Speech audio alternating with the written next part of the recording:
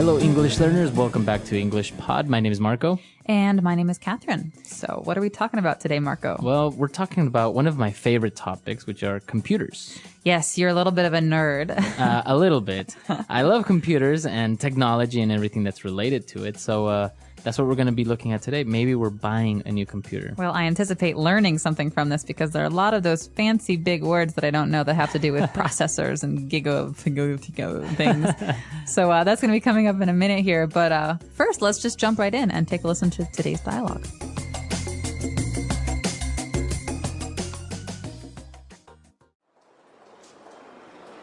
So, can you fix it? I'm sorry, sir. This computer is not broken or damaged. It's simply just too old. That's why your programs and applications are running slow. There really isn't much I can do. What do you mean? I bought this computer just 3 years ago. Yes, but technology is ever-changing, and technology is becoming obsolete faster and faster. Okay, I know where this is going. How much will it cost me to get a new computer? Well, this desktop over here is our latest model. It has a 4 gigahertz processor with 16 gigabytes in RAM and a hard disk with 1 terabyte. Of course, it includes a mouse, keyboard, and desk speakers. I have no idea what you are talking about. I just want to know if it's good, and if I'll be able to play solitaire without the computer crashing or freezing all the time. This PC is top of the line, and I guarantee it will never freeze. If it does, we'll give you your money back. All right, we're back. I think it's a very typical case. You go in to get something fixed, and they say, we can't fix it. You need a new one. Yes, and not only a new one, but a bigger and better and faster one. And more expensive, obviously. Obviously. It's called the upsell. The upsell, yeah. All right, so there were some very difficult words, I think, because they're very specific related to technology and computers. So why don't we look at those now in Language Takeaway? Language takeaway. All right, so the first word we have today is when something is no longer in use. Okay, so this word is obsolete. It's obsolete. Obsolete. And we're not just talking about like, oh, I haven't touched that pen in like 10 years. We're talking about a piece of technology that is no longer useful because there's something else that can do a better job. Right. And actually, not only with technology, we also have words that are obsolete, right? Mm-hmm, exactly. Like thy or thine, you or yours. Classical English. We don't use thy anymore. No. But thou art very summary today, Marco. We don't use that anymore. That's obsolete English, right? Or obsolete words. Exactly. So obsolete means it's no longer of use. We have better and newer things in its place. All right. And now moving on, when the salesman was describing the characteristics of the computer, he used some prefixes that were a little bit strange, right? Like, for example, giga. Giga what? Giga. All right. So these are actually prefixes that have to do with numbers. And so this is not just a computer thing. This is a math thing or a science thing. So, okay. So we've got 3 different prefixes. A prefix is something we tack on at the beginning of a word. So we have hertz or byte, right? These are little bits of a computer, byte. Right. So you have like megabytes. Megabytes we've all heard before. That's the smallest here. We've got megabytes, but bigger than mega, we've got gigabytes. A giga. Yeah. So now, for example, the hard drives are 250 gigabytes. You might even hear someone say gigs. You've got a Gigs, yeah. 250 gig hard drive. Yeah. But what's bigger than giga? Now it's the terabyte. Ooh, tera. It sounds like boom, boom, boom, boom. Yeah, Huge. I actually wondered what would happen after gigabyte, because it's so much information already, and now it's the terabyte. So it's like 1,000 gigabytes. So that's like 200 movies. That's probably more than that. It's amazing the amount of Yeah. storage you can have and how small it actually is. So mega, giga, tera, going Right. from littlest to biggest. All right. And, well, he described a 4 gigahertz processor. Okay, so the processor is our next word, and this is actually something that that determines how fast your computer is going to run. So it comes from the word to process, right? Right. To like calculate or to think. Do even. To do. So you have different examples like a word processor. Right, so it's like Microsoft Word. It allows you to make Word documents. You can also say to process data. You're trying to calculate it. But in this case, a processor is like a little brain that's the center of the computer, and that's where all the information gets processed. Yeah, so it's the brain of the computer, essentially. And the bigger it is, the faster it can go. Exactly. And, well, if you don't have a very good processor, your computer is bound to freeze. Ooh, okay, so freezing is another key word, especially when we're talking about computers. This one drives me nuts. To freeze, it means to stop moving. Right. Right? So, well, it has a couple different meanings. You might have heard it about ice before, but to freeze here, we're talking about stopping moving. So we have a game called freeze tag, where if I touch you, you have to stop running. Right. But here we're talking about a computer freezing. I'm moving my mouse and I'm typing, and all of a sudden, It doesn't work my anymore. mouse doesn't move. I can't close or open or do anything, and it's really frustrating. It's very, especially if you're doing something and you didn't save your work, it's gone. Right? So if your computer freezes, then usually you have to restart it or turn it off or on. So that is about it for those words, but let's take another listen and slow the dialogue down this time so you can catch some of those big words.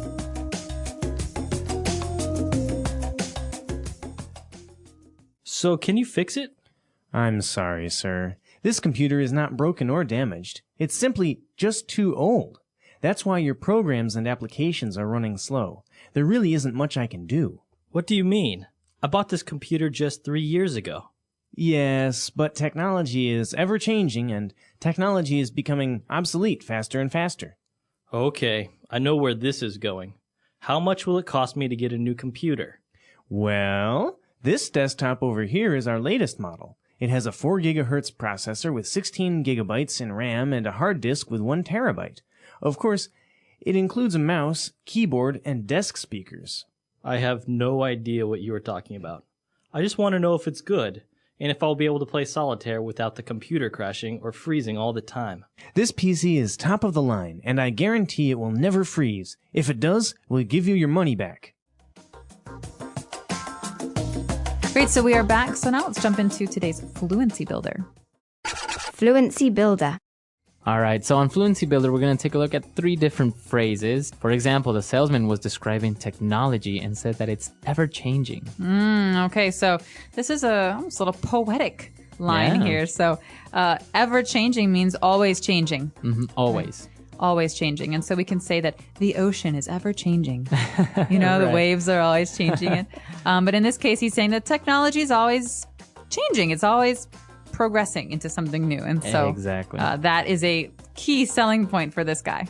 Right. So this is actually a very interesting word. We can use it like in your example, beyond technology, like the way, like the sea is ever changing. So why don't we listen to a couple of other examples? Example 1. There's always something new in this ever-changing world.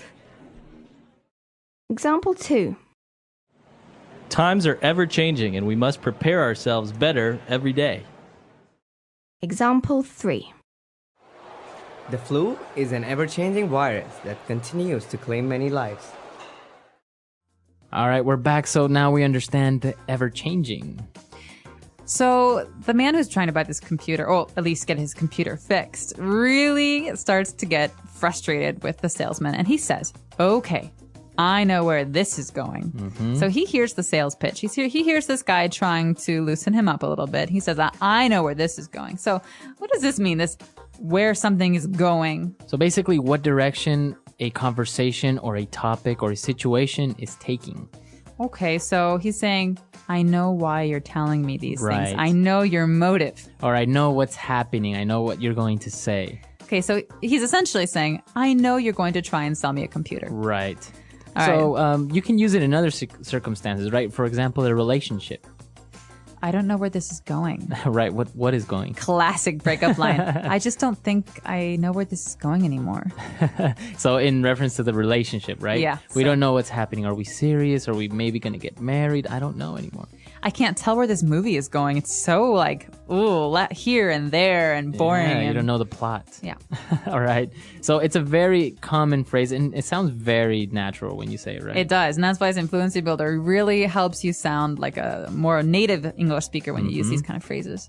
And the next one is also very, very good when he describes the condition of the computer. He says it's top of the line.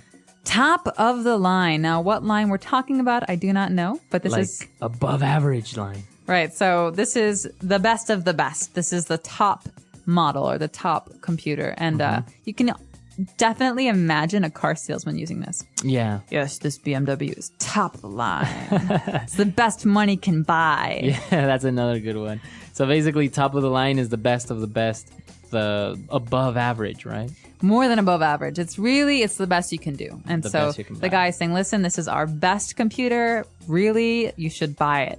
And obviously, top of the line usually costs a lot of money. Yeah, it's usually for something that costs money, right? For things. You wouldn't really use it for a person, right? He's top of the line. No. Top of the line, I think, generally refers to electronics and cars Yeah. or like motorcycles. And so you often hear top of the line stereo, top of the line TV, top of the line car. But you wouldn't say this about food or Yeah. people or art. Yeah, you wouldn't say this painting is top of the line. Nah, no, not about like very unique things. You'd say Right. this about kind of manufactured things. Very good. So we've taken a look at a lot of great phrases. Why don't we listen to our dialogue for the last time, and then we'll come back.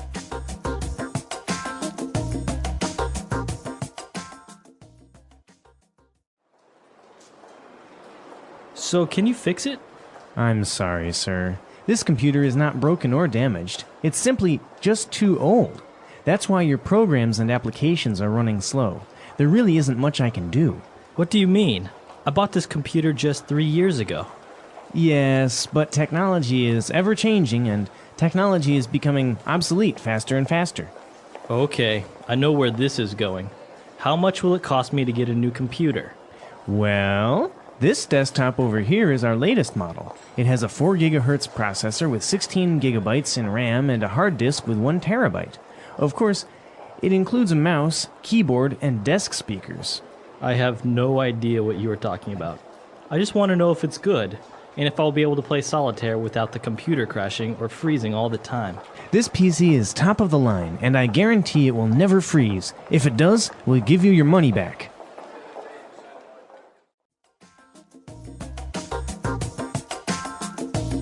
All right, we're back. So computers. Catherine, I know you recently got a nice Macintosh. Yeah, I did. It's one of those big screen ones, right? Yeah, it is. It's a desktop, right? So it's not a laptop. And it's got a very fast processor because Macs started using Intel processors a couple of years ago, and that made them much faster. Wow, and this processor actually has 2 cores, right? So basically it has 2 different brains almost within one processor. Which gives it really bad headaches. She complains to me often. Are you a big Mac fan or PC fan? I'm a Mac fan. Really? I've been converted. My roommate in college, my sophomore year, had a Mac, and ever since then, I've really gotten into them. So, Really? yeah, I went Mac and didn't turn back. I still honestly cannot really use a Mac. I get confused. I'm looking for the start button, and I'm looking for where my documents are. It's really hard to change over. Right? Yeah. But once you do, you don't want to change back because everything is so much easier on a Mac. Really? But if you're really into PC gaming, then you should probably stick with the PCs because the games just don't really compare on Macs. But I've heard that also Macs don't really suffer from viruses, right? No, they don't, which is great because I always used to get these viruses that would slow down my computer because, you open some email and all of a sudden there's nastiness on your desktop. Well, now I don't really have that problem. And also there's really wonderful photo editing software and video editing software. Right. So everything's just really easy to find and easy to use. What about you, listeners? Do you prefer the Mac? Do you prefer the PC? Or maybe some of our listeners don't really even like computers? Well, let us know either way. We're very curious to hear what you have to say. And of course, writing on our comments section is great practice for your English. Now, more information about this podcast vocabulary. Here are some basic computer vocabulary words. Computer, an electronic machine for processing data monitor. The screen you look at, keyboard. A tool used to type, mouse. A small device used to move the pointer, hardware. The physical parts of a computer, software. The programs inside the computer operating system. The main software that runs the computer, like Windows or Mac OS CPU, the brain of the computer, called the Central Processing Unit RAM, temporary memory used for running programs, hard drive. where files are saved permanently SSD, a modern storage drive faster than a hard drive USB port, a connection point for device's graphics card, used to create images and videos. Network, a group of connected computers, internet, the global system of networks we use every day. Useful phrases now. Let's learn some useful computer phrases. Turn on the computer. Shut down the computer. Install a program. Save the file. Connect to the internet. Update the system. My computer is slow. The screen is frozen. Upgrade the RAM. The software is not responding. Common expressions and idioms. Here are some common expressions and idioms about computers. A computer whiz, someone who is very good with computers. Crash the system, when the computer suddenly stops working. Plug and play, a device that works as soon as you connect it. Back up your files, make a copy of your data just in case. Surf the web. Browse the internet for fun or research. Digital native, a person who grew up using technology. What is a computer? A computer is an electronic device that receives, stores, and processes data. It can do tasks quickly and accurately. We use computers in many areas of life, such as education, business, medicine, entertainment, science, communication. Computers have become an important tool in the modern world. Types of computers. There are different types of computers. Desktop computers, used in offices or homes. Laptops, portable computers for work or study. Tablets, touchscreen devices, lighter than laptops. Smartphones, small devices with powerful features. Servers, powerful computers used to store and manage data. Supercomputers, extremely fast computers used for research and science. Computer generations. Computers have gone through many generations. First generation, used vacuum tubes, very large and slow. Second generation, used transistors, smaller and faster. Third generation, used integrated circuits, more reliable. Fourth generation, use microprocessors, very fast. Fifth generation, include artificial intelligence and robotics. Each generation made computers faster, smaller, and smarter. Modern computer trends. Today, computer technology is changing fast. Let's talk about some modern trends. Artificial intelligence, computers that learn and make decisions. Quantum computers, ultra-fast systems that work differently from regular computers. Cloud computing, store your files online instead of on your computer. Edge computing, process data close to where it's created. Wearable technology, smartwatches, fitness trackers, and more. These innovations are shaping the future of technology. Conclusion. To sum up, computers are everywhere in our daily lives. Learning basic computer vocabulary in English helps you in school, at work, and in your personal life. If you want to grow in today's digital world, learn English and learn computers. People's opinions about computers.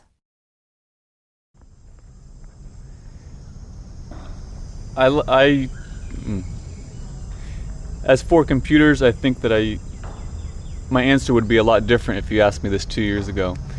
The recent place that I've checked into using their internet, it actually times how much internet you use each month, each day, each year.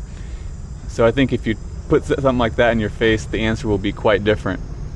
So I do, however, have an online business of selling tea imported from China.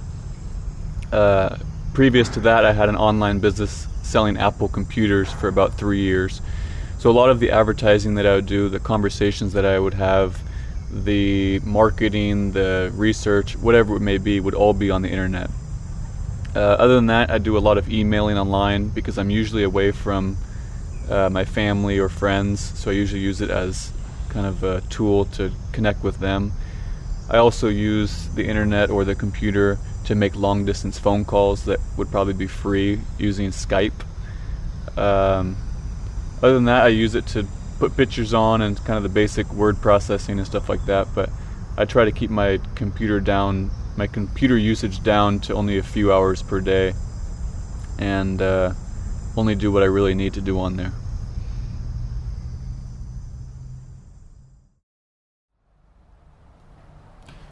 I think I have a love-hate relationship with my computer because I can't do without it, but it doesn't do what I want it to do. It has its own mind, and I didn't grow up in the time where I could be totally computer literate. Everybody would always say to me, think like a computer, which is impossible if you were born in the 30s or 40s when I was. So, but I'm so dependent on it. I actually love it. I use it for writing, email, keeping in touch with family, Facebook pictures. It's a great tool, but I still hate it at times.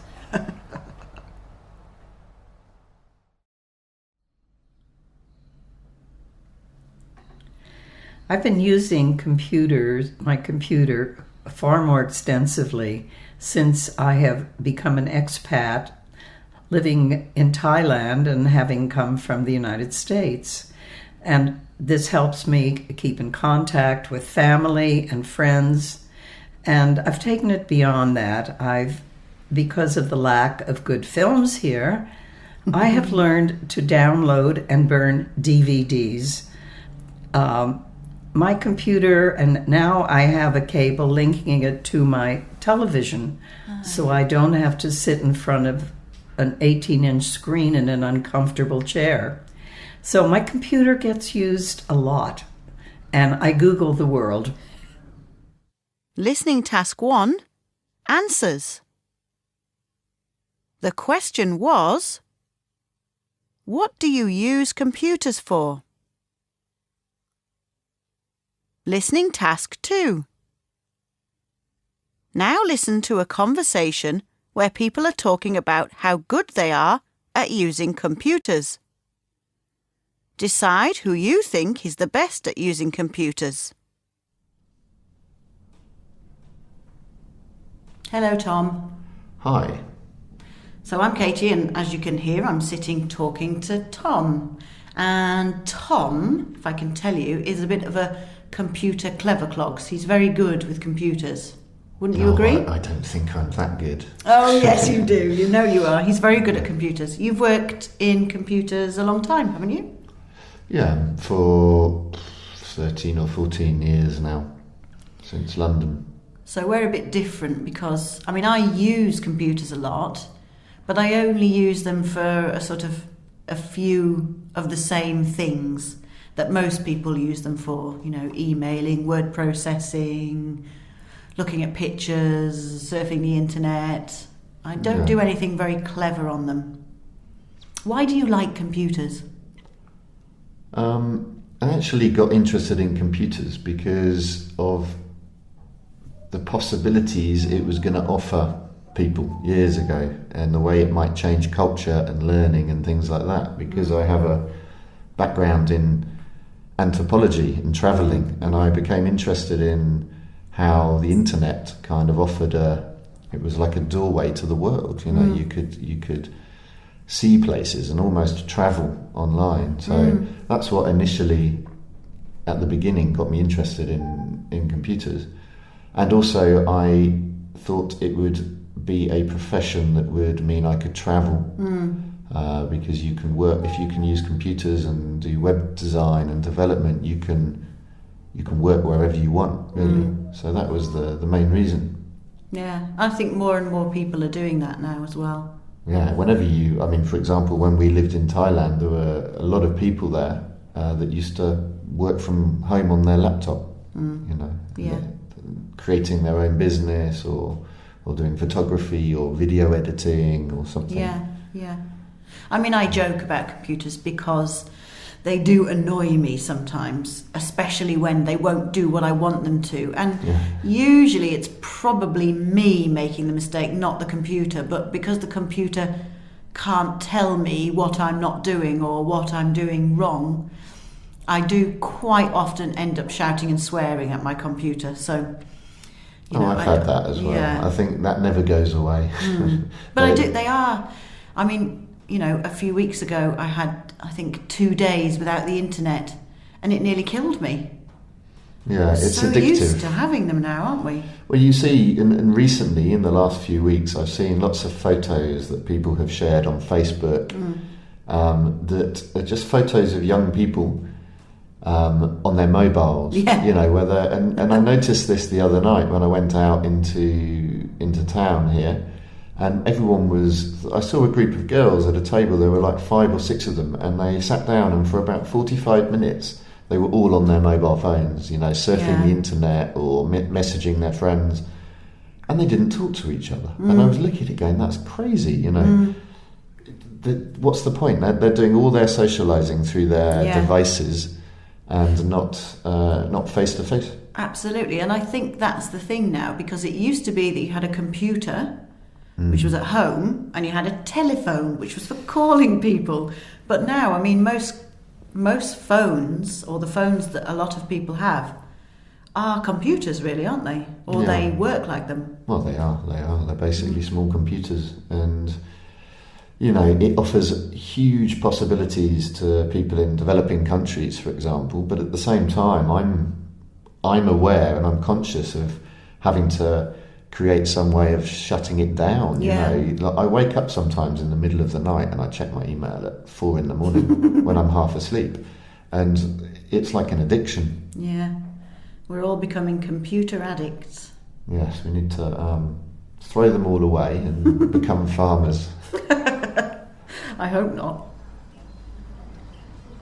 Hello, Claire. Hi, Katie. Listening how are you? task 2. I'm good. Answers. We're sitting in a lovely garden. Yes, we are. It's at beautiful. the back of a cafe, and we're going to talk about something that I know you are not actually that interested in. Yes, you're right. What is it? Computers. Yeah. So, if I say to you, computers, are they good or are they bad? It's a really difficult question. Because it depends if you're asking me about computers or technology in general.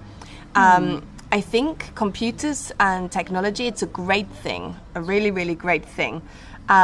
However, I think that the way we use the technology is a bad thing. What do you mean? I mean that technology, computers allow us to do a lot of things. There are a lot of programs, applications that make our lives a lot easier. Mm-hmm. However, I think that the way people use them is very bad. People can become very addicted to computers. They become addicted to technology and forget about real life. They forget, you know, to meet friends for a drink instead. Okay, you know, we contact everybody via computer, via email, and we don't communicate verbally. We don't talk to people anymore. Well, that's true, definitely. That's true. But they do a lot. I mean, if you think now, I suppose this could be a bad thing, because your banking, your shopping, going to the supermarket, it all uses computers, and it makes it quicker and better. So that's good, isn't it? Yeah, absolutely. It's convenient, you know. We don't have to go shopping. We can do it online, so it's very convenient. But I think that there's a risk to that, and quite often we don't understand the risks very well.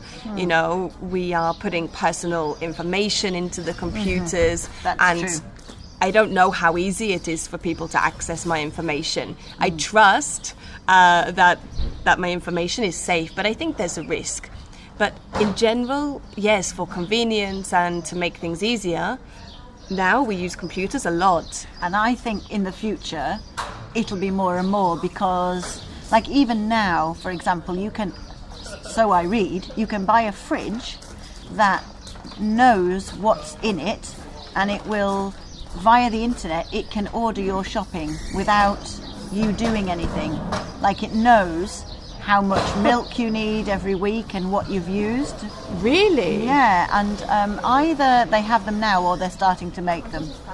That's the first time that I've heard about that, but in some ways I'm not surprised. I think that we're advancing so quickly. with what computers can do. And I think that it's inevitable that in the future our best friend will be our computer. Oh, I hope not. I think that's where we're headed. I mean, there are other things like houses now. You again, I watched a TV program where a house was totally computerized. You clapped and it turned the lights on. Wow. I think they'll end up doing everything for us. Yes, I agree. I think, there's so many benefits, but I think that we just have to be careful that it doesn't take over everything. Yeah, because if we still don't have the ability to do those things, if all the computers break, we would be in serious trouble. We would. But yeah, I think, in general, it's incredible what computers can do. Absolutely incredible. And to think now about not having a computer or how life would be different without a computer, it's really difficult to comprehend now. Yeah, can't imagine it. No, not at all. No. Not at all. No. Having to, do everything manually or in a business environment, for example. Imagine that you didn't have a computer and you couldn't send an email to all of your colleagues and you had to go around individually and talk to people or whatever. It's quite a difficult idea to imagine. Yeah, and it's changed so quickly. Yes, so very much. That's why I asked about the future, because if you think about what's changed in the last 10 years, and I think change is getting quicker, so I can't imagine what they'll be able to do in 10 years. I don't even want to imagine. I don't think there'll be many things that they can't do in 10 years' time, to be perfectly honest. And I think that we will be amazed at the advances to hear what you have to say. And of course, writing on our comments section is great practice for your English. Right. So we'll see you guys there. And until next time. Bye, everyone. Bye.